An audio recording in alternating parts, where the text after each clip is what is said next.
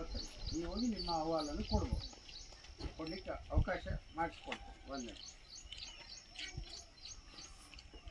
ಎರಡನೇದ್ದು, ಈಗ ನೀವು 1ಕ್ಕೆ 4 ಲಕ್ಷ ಕೇಳಕತ್ತೀರಿ. ನಿಮ್ಮ ನ್ಯಾಯಯುತವಾದ ಬೇಡಿಕೆಯನ್ನು ಅಲ್ಲಿ ಸಲ್ಲಿಸಲಿಕ್ಕೆ ನಾನು ಆಗಲೇ ಹೇಳಿದಾಗೆ ನೀವು ಬನ್ನಿ, ನಾನು ಹೋಗ್ತೀನಿ, ಹೋಗೋಣ, ಕೇಳೋಣ. ಇದು ಯಾಕಂದ್ರೆ ಸರ್ಕಾರದ ಪಾಲಿಸಿ ಇದೆ. ಆ ಸರ್ಕಾರದ ಪಾಲಿಸಿ ಸಂಪೂರ್ಣ ತಿದ್ದುಪಡಿ ಆಗುವವರೆಗೆ ಯಾರು ಏನು ಮಾಡೋಕ್ಕಾಗಲ್ಲ. ಇದು ನಿಮ್ಮ ಗಮನದಲ್ಲಿ. ನಾನು ಸುಮ್ಮನೆ ನಿಮಗೆ ಬಂದು ಇಲ್ಲ ನಾನು ಅದನ್ನು ಮಾಡ್ತೀನಿ, ಇಂದ್ರ ಮಾಡ್ತೀನಿ, ಚಂದ್ರ ಮಾಡ್ತೀನಿ ಅಂತ ನಾನು ಹೇಳಿ ಹೋಗಕ್ಕೆ ಬಂದಿಲ್ಲ. ನನ್ನ ಕೆಲಸನೂ ಅಲ್ಲ ಅದು. ನಾನೇನು ಮಾಡಬಲ್ಲೆ, ನಾವೇನು ನಿಮ್ಗೆ ಸಹಾಯ ಮಾಡಬಲ್ಲೆ, ಏನು ನಿಮ್ಮ ಹೋರಾಟಕ್ಕೆ ನಾನು ಬೆಂಬಲವನ್ನು ಕೊಡಬಲ್ಲೆ, ಅದನ್ನು ಮಾತ್ರ ಹೇಳಲಿಕ್ಕೆ ಸಾಧ್ಯ.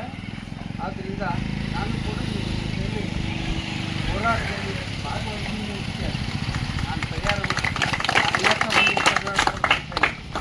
ನಾನು ನಿಮ್ಮ ಹೋರಾಟದಲ್ಲಿ ನಿಮ್ಮ ಹೋರಾಟಕ್ಕೆ ಬೆಂಬಲ ವ್ಯಕ್ತಪಡಿಸಿ ನಿಮ್ಮ ನ್ಯಾಯಯುತವಾದಂಥ ಒಂದು ಹೋರಾಟ ಗೊತ್ತಿದೆ ನನಗೆ.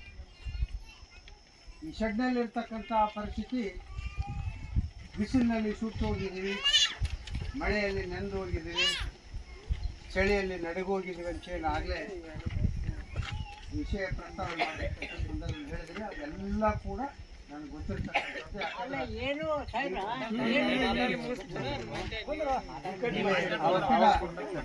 ಪಕ್ಕದ ಬಿಸಾಳ ಕೊಪ್ಪದಲ್ಲೂ ಕೂಡ ನಿಮ್ಮ ಪರಿಸ್ಥಿತಿಯಲ್ಲೇ ಇತ್ತು, ಅದನ್ನು ನಿಮ್ಮ ಪರಿಸ್ಥಿತಿ.